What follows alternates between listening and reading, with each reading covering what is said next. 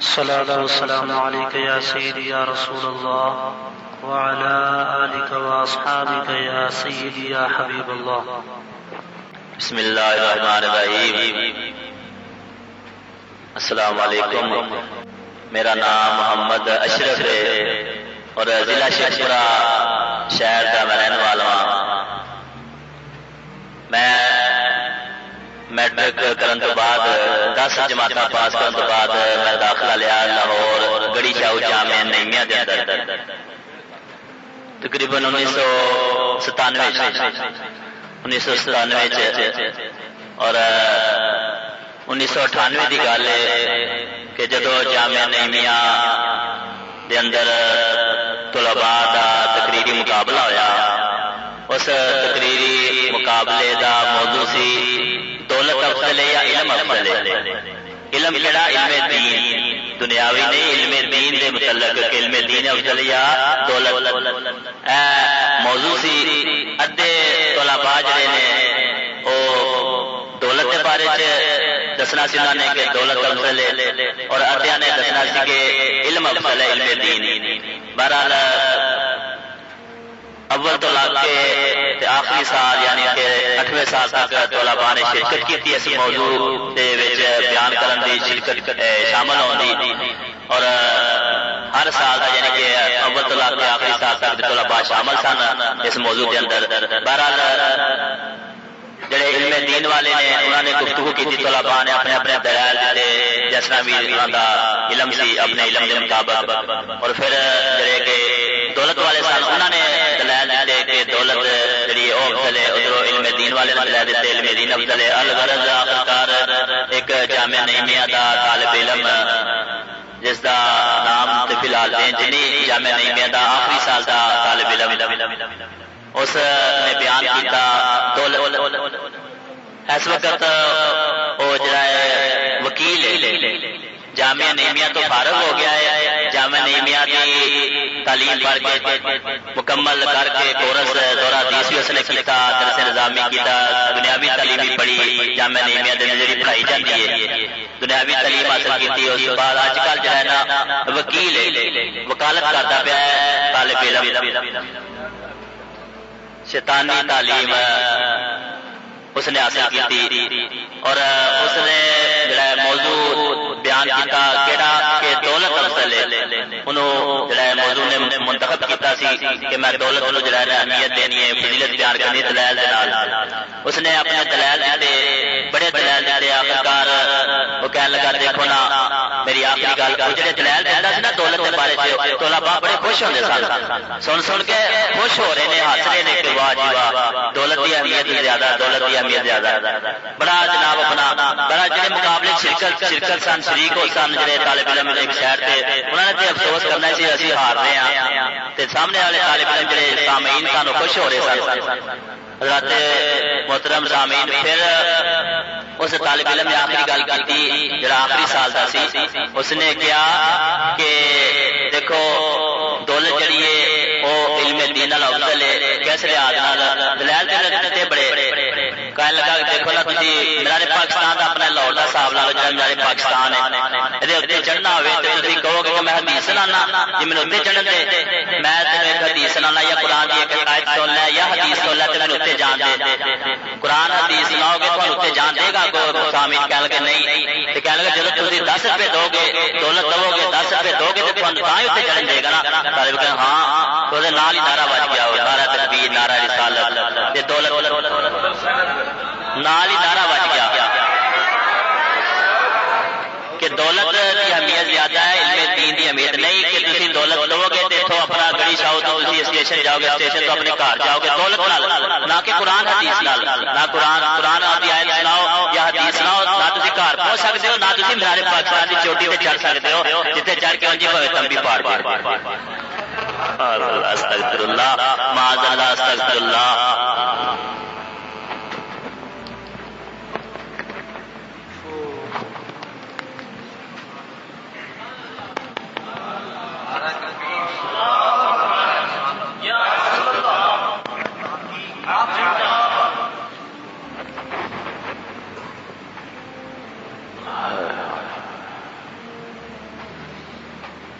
طبیعت کی خرابی اور علالت کے باوجود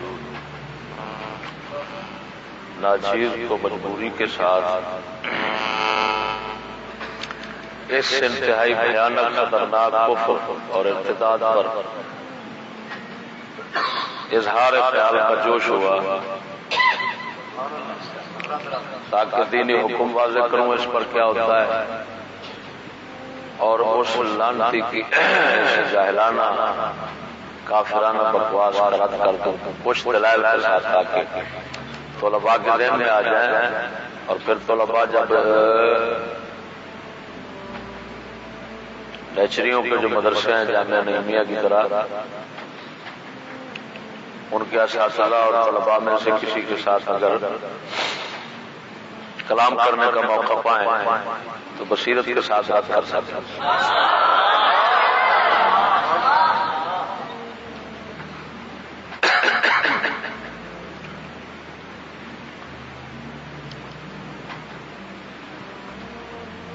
پہلے دینی حکم بتاتا ہوں۔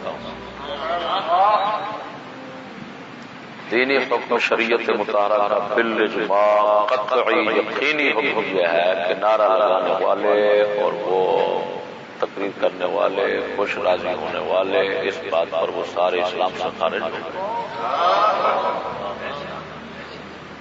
مرتد ہو گئے۔ یہ التزام کفر ہے، لزوم کفر نہیں ہے، یہ التزام کفر ہے۔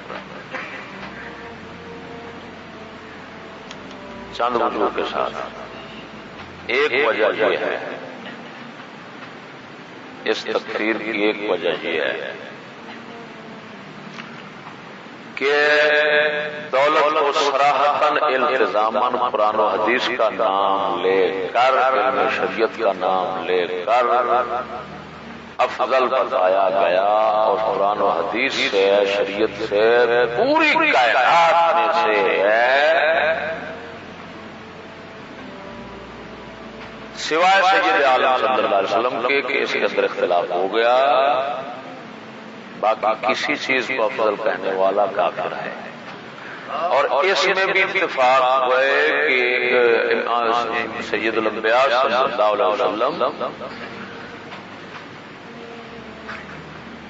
ایک اللہ تعالیٰ کا کلام صفت ہے، اس سے افضل کہنے والا اس کے برابر کہنے والا بھی آپ صلی اللہ علیہ وسلم کو کافر ہو جائے گا۔ ایک ہے قرآن مجید جو چھپا ہوا،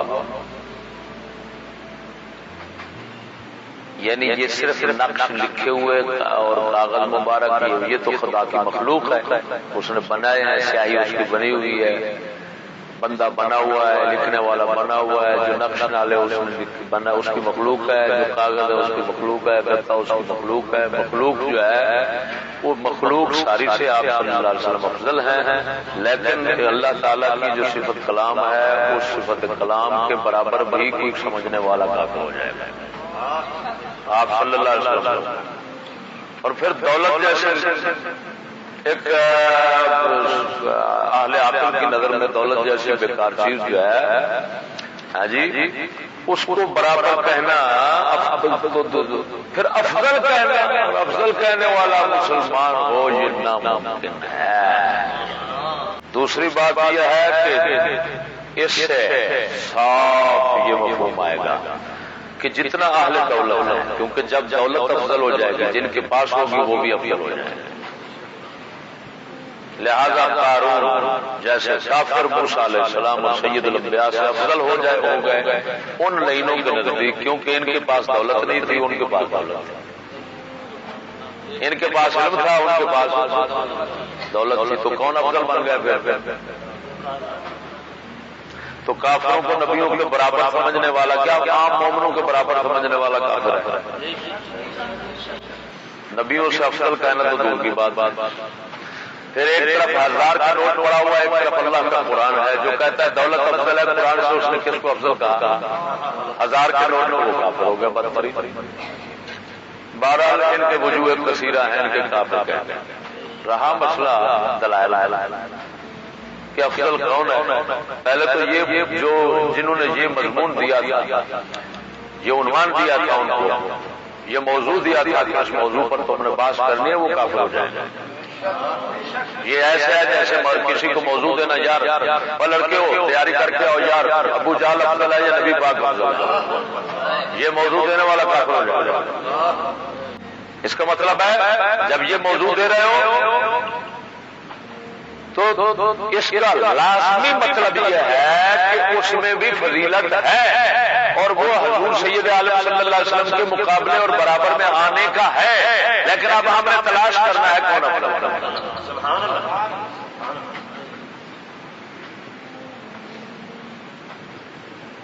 یہ موضوع ہے، یہ وہی بات ہے کہ مسٹر جناح ہے اور رسول اکرم ہے اور فلان ہے، جیسے سکول میں سوال آتے ہیں بتاؤ ان میں سے کون افضل ہے، یہ سوال کرنے والا واجب القتل ہے، اسلام سے خارج ہے۔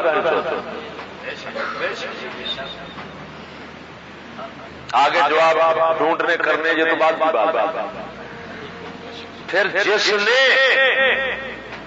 ایسے موضوع کو پکڑا اور بحث و تمحیص اور تحقیق شروع کر دی اور اس موضوع کو قابل بحث اس نے سمجھا، وہ بھی کافر ہو جائے گا۔ قابل، میری بات کو غور سے سنو میں کیا کہہ رہا ہوں، خالی اس موضوع کو قابل بحث سمجھنا، بس اتنے عقیدے سے اسلام سے خارج ہو جائے گا۔ مومن کا یہ حق بنتا ہے کہ وہ جب ایسے موضوع کو دیکھے وہ کہے جی کیا بکواس ہے، لاکھ لعنات، اس کو پھاڑ کر پھینک دو بہن چود۔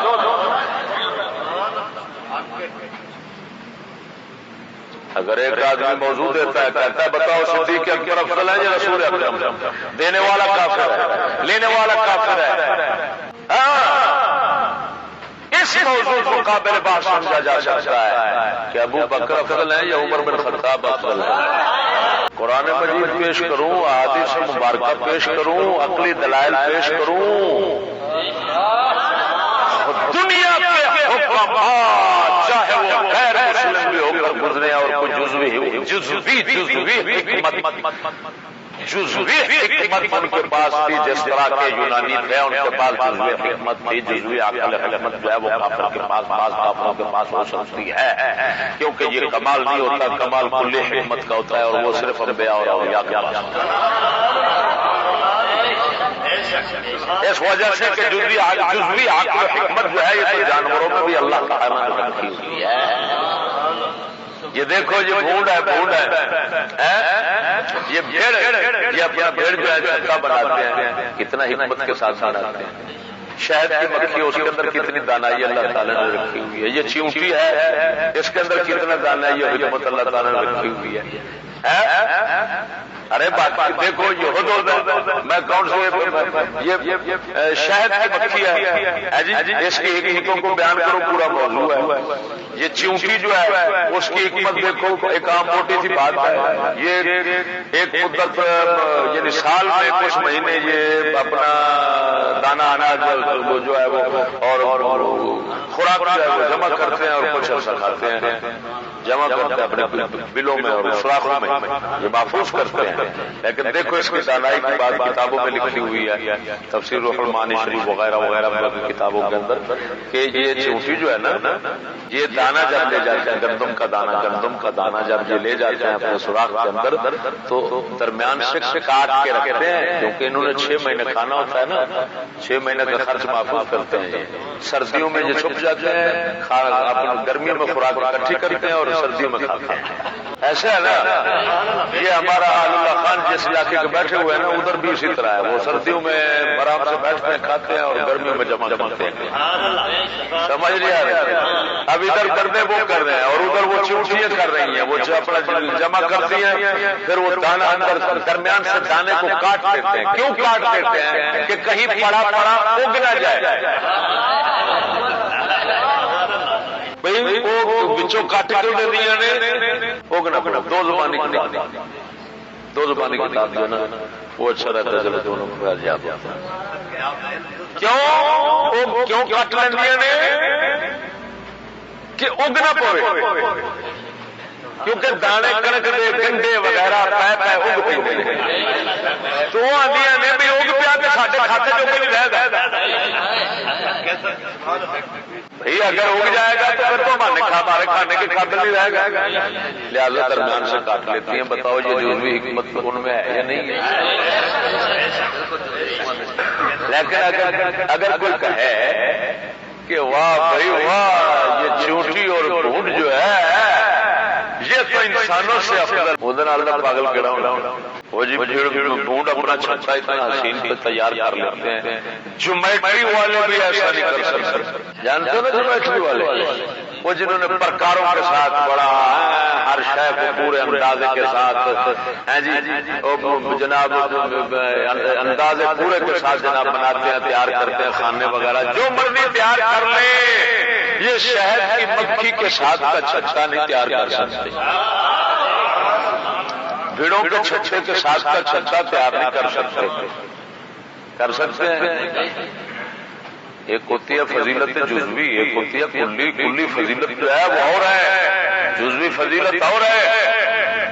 صدیق اکبر پاک کو کلی فضیلت ہے۔ جب بات ہوگی توجہ، جب کہا جائے گا کون افضل ہے صحابہ میں، تو کہا جائے گا صدیق اکبر افضل ہے۔ جب پوچھا جائے گا ارے بھائی یہ بتاؤ گواہی کے اندر سب سے افضل کون ہے، کہا جائے گا حضرت خزیمہ افضل۔ ارے بھائی کیوں؟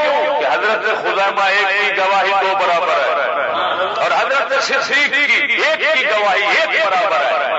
ادھر نبی پاک نے حضرت خزیمہ کو یہ مقام دیا تھا، وہ جزوی فضیلت ہے۔ ارے بھائی جو جزوی فضیلت ہے اس میں بتانا پڑتا ہے کس چیز میں، اور جو کلی ہوتی ہے اس میں یہ نہیں ہوتا کس چیز میں، سب چیز۔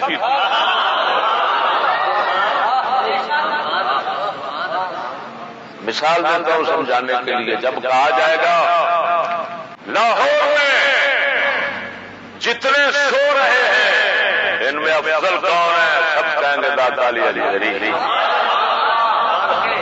ارے بھائی یہ زور اور جسم میں تکڑا ادھر لاہور میں کون سویا ہوا ہے، کہیں گے جارا پہلوان۔ اب تو خدو کا بچہ ہوگا کہ جارے پہلوان کے جسم کی ساخت اور بناوٹ اور زور کو سامنے رکھ کے کہے وہ داتا علی حجویری اور سب سے افضل ہے۔ لہذا جب پوچھا جائے ارے لاہور میں سونے والوں میں کون افضل ہے، وہ جی جارا پہلوان افضل ہے۔ وہ کتے کا بچہ پاگل، ادھر تو کہنا پڑے گا کہ وہ ایک چیز میں آگے ہے۔ اور جب کہو گے ویسے افضل کون ہے، اعلیٰ کون ہے، تو خود چارے سے پوچھو وہ کہے گا وہ ہے۔ جزوی اور کلی فضیلت میں یہی فرق ہوتا ہے۔ کلی فضیلت جس چیز میں کس چیز میں ہے بتانے کی ضرورت نہیں ہوتی، اور جزوی فضیلت کے لیے کہنا پڑتا ہے کہ فلاں چیز میں۔ اب آپ دیکھ لیں، آپ سے پوچھا جائے یار چشتیوں بتاؤ اس وقت تمہارے اندر افضل کون ہے سب سے، تم کہو گے حضرت صاحب۔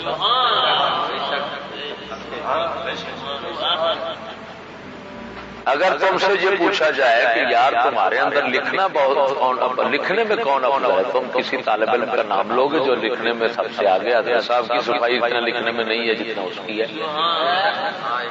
وہ کلی فضیلت ہے، یہ جزوی فضیلت ہے۔ نبیوں میں سب سے افضل کون ہے؟ ارے بغیر باپ ہے کون پیدا ہوئے؟ یہ ہے جزوی، وہ ہے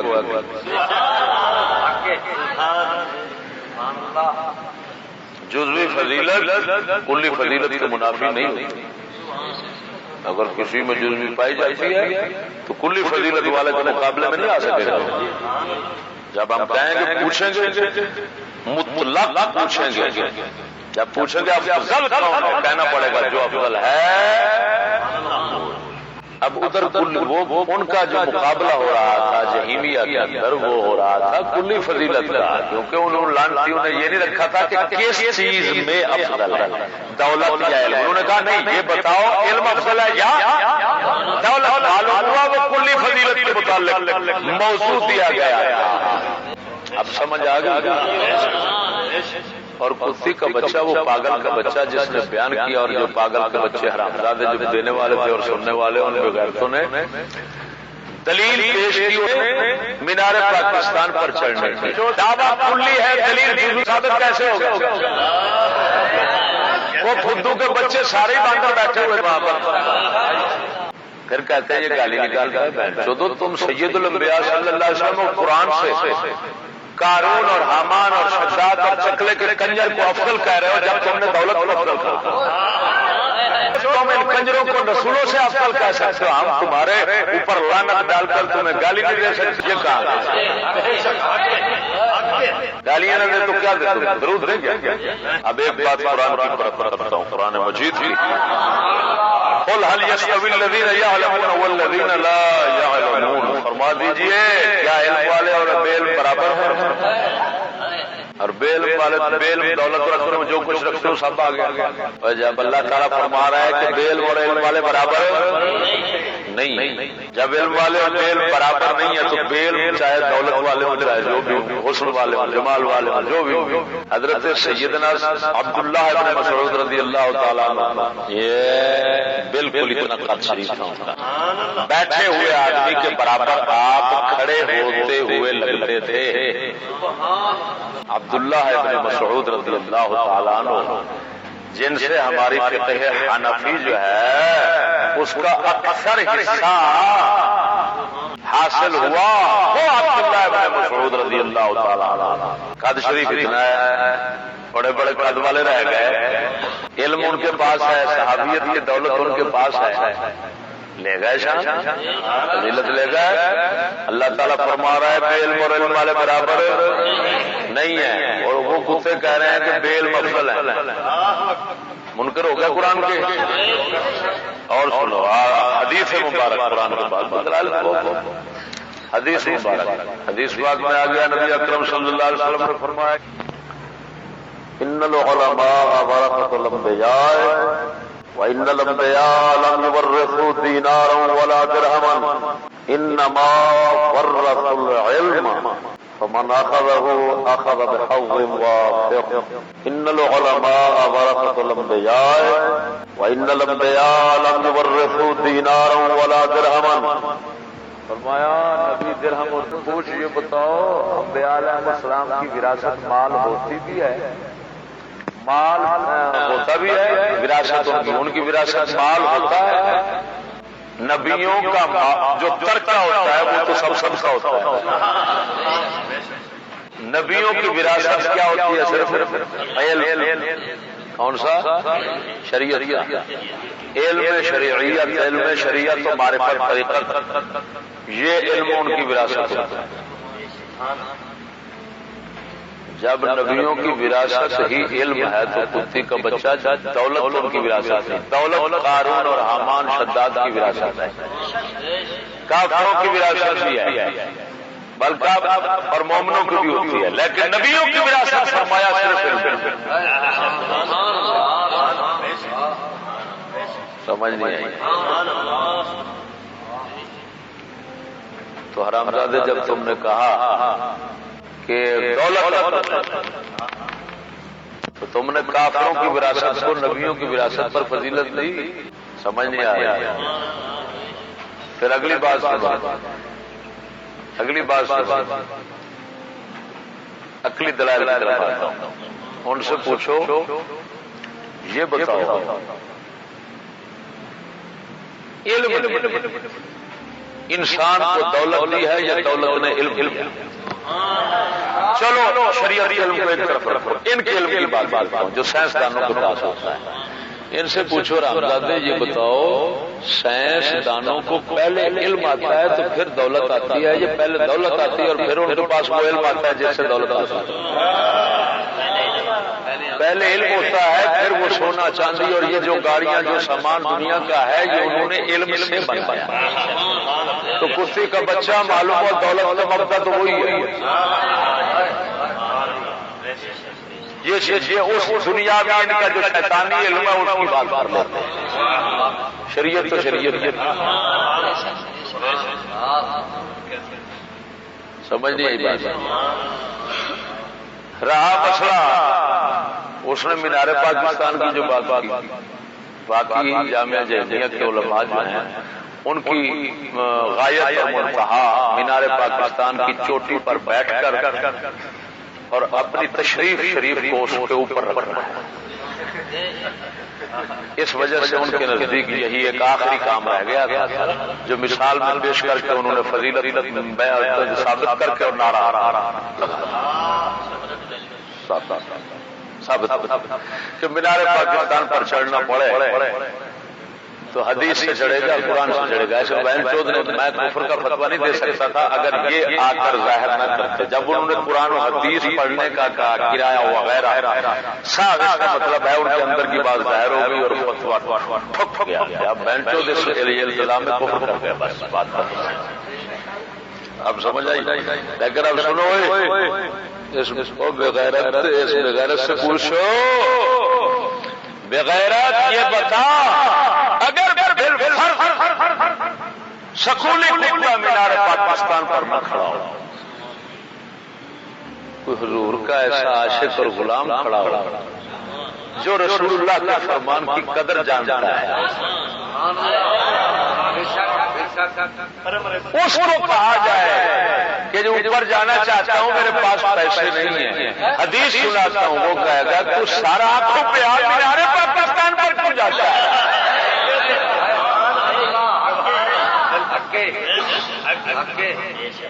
وہ بہن چود کتے صحابہ کرام ایک ایک حدیث کے لیے پتہ نہیں کہاں کہاں سفر کرتے.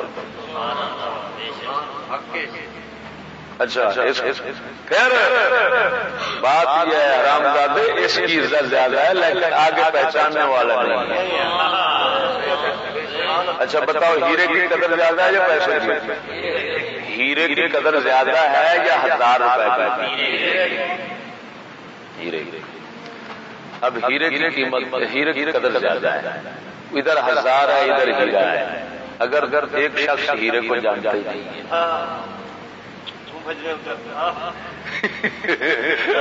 سمجھ آئی کہ نہیں؟ وہی گل کہ بقال سبزی فروش کے پاس ایک بندہ ہیرا لے گیا اور اس نے اٹھا کر پہن دیا. اس نے کہا چل سبزی چل پتھر چک کے آگے پرانی گل مشہور ہے کھوتے نو کی پتا گل کند کی کھوتے نو کی پتا جامعہ نہیں میا کہ کھوتوں کو کیا پتا. یہ مینار پاکستان پر جب کھڑے ہیں ایسے کھوتے تو باقی ان کے پاس جب جا کر آدمی کہے حضرت اوپر چڑھنا چاہتا ہوں حدیث سنا دو، وہ کہہ کر نہیں. اگر اس کو کہہ دو میں تیری ماں پر چڑھنا چاہتا ہوں 1000 روپئے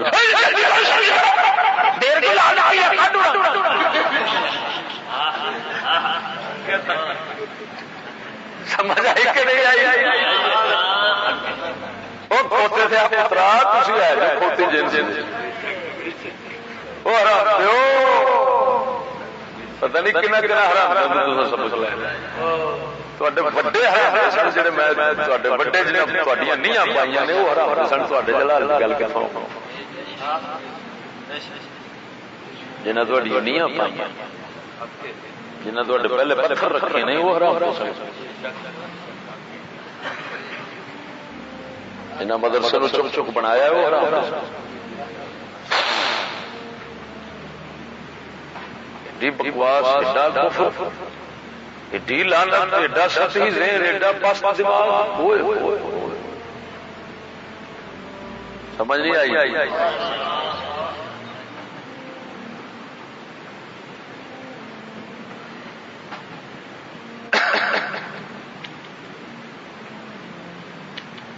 اچھا انہوں کچھ ہوئے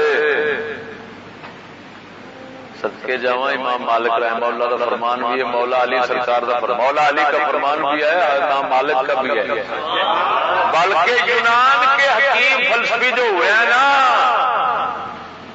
جزوی حکمت والے ان کے بھی قول ہیں. وہ کہتے ہیں علم مال سے افضل اس وجہ سے ہے کہ علم والوں کی مال والوں پر حکومت ہوتی ہے.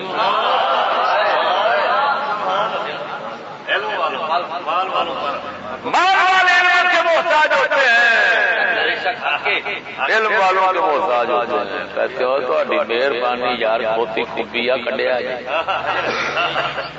کہ نہیں؟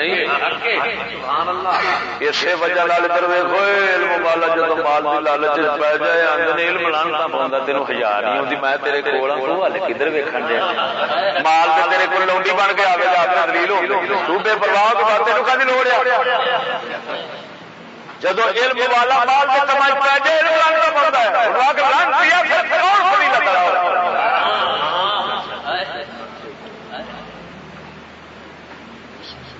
میری گل اچھا یہ دسو چکڑے والے کنجر جڑے مال والے کہ نہیں اگر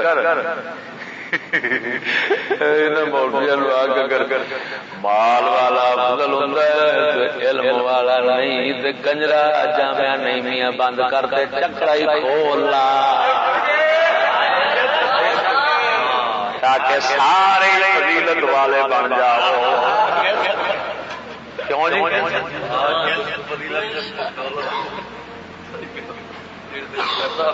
اچھا یہ دسو ان کی خدمت بتھیری ہے کہ کرن کی لوڑ ہے بڑی ہے نا میں اس واسطے آخیا درویشن تک گل نہیں پہنچنی عینی و سمعی گواہ موجود جنہوں نے یہ منظر آنکھوں سے دیکھا یہ خبیث منظر انہوں نے اپنی آنکھوں سے دیکھا اور اپنی کانوں سے اس کی ساری کاروائی کو سنا مولانا محمد اشرف صاحب نے شیخ القرا کے جنہوں نے اپنا تعارف پہلے کروایا میں طلباء تک یہ بات پہنچانا چاہتا تھا کہ کہیں غلطی میں نہ رہنا کہ پتہ نہیں میرا ہمارا استاد زیادتی کرتا ہے پتہ نہیں یار کیوں ایسے چڑھائی کر دیتا ہے مولویوں پر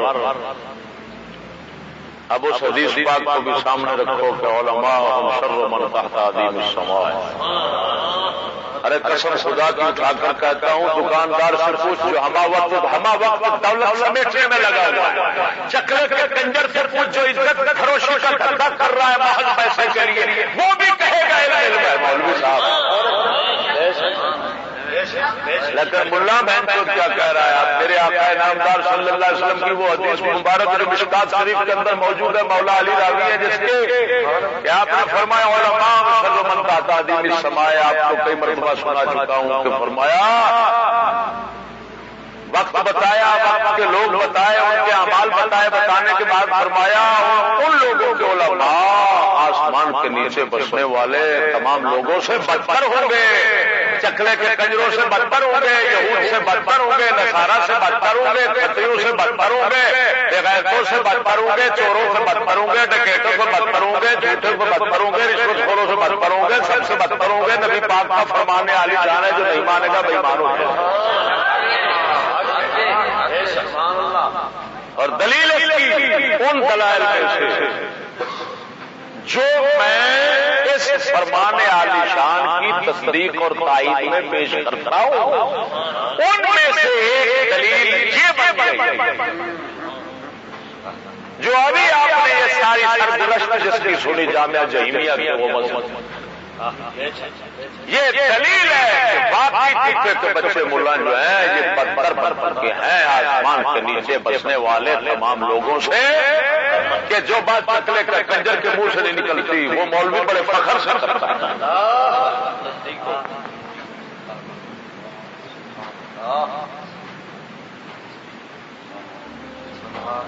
اور میں تسمیہ کہتا ہوں یہ حال صرف جامعہ جہمیہ کا نہیں یہ جتنا حکومتی سرکاری ملا ہیں ان کے مدارس ہیں یہ تنظیم المدارس والے وفاق المدارس والے جو کتے کے بچے محض دنیا حکومتوں اور یورپ والوں سے حاصل کرنے کے لیے سرمایہ داروں سے حاصل کرنے کے لیے نصاب کفر کے پڑھا رہے ہیں اور جناب جی پھر ان لائنوں نے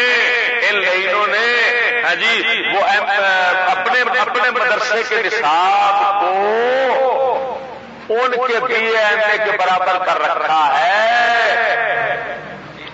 یہ اسی سلسلے کی کڑی ہے اور یہ تمام مدارس میں لعنت ہے ان کتے کے بچے وہ ظاہر کریں نہ کریں، کوئی ظاہر کر دیتے ہیں کوئی اندر چھپائے بیٹھے ہیں. نظریہ سب کا ایک ہے کہ دولت ہی افضل ہے، لہذا یہ حاصل کر لو تو تم سب کچھ ہو، اگر نہیں ملی تو تم کچھ بھی نہیں ہو. یہ سارے حرامزادوں کا یہی ہے.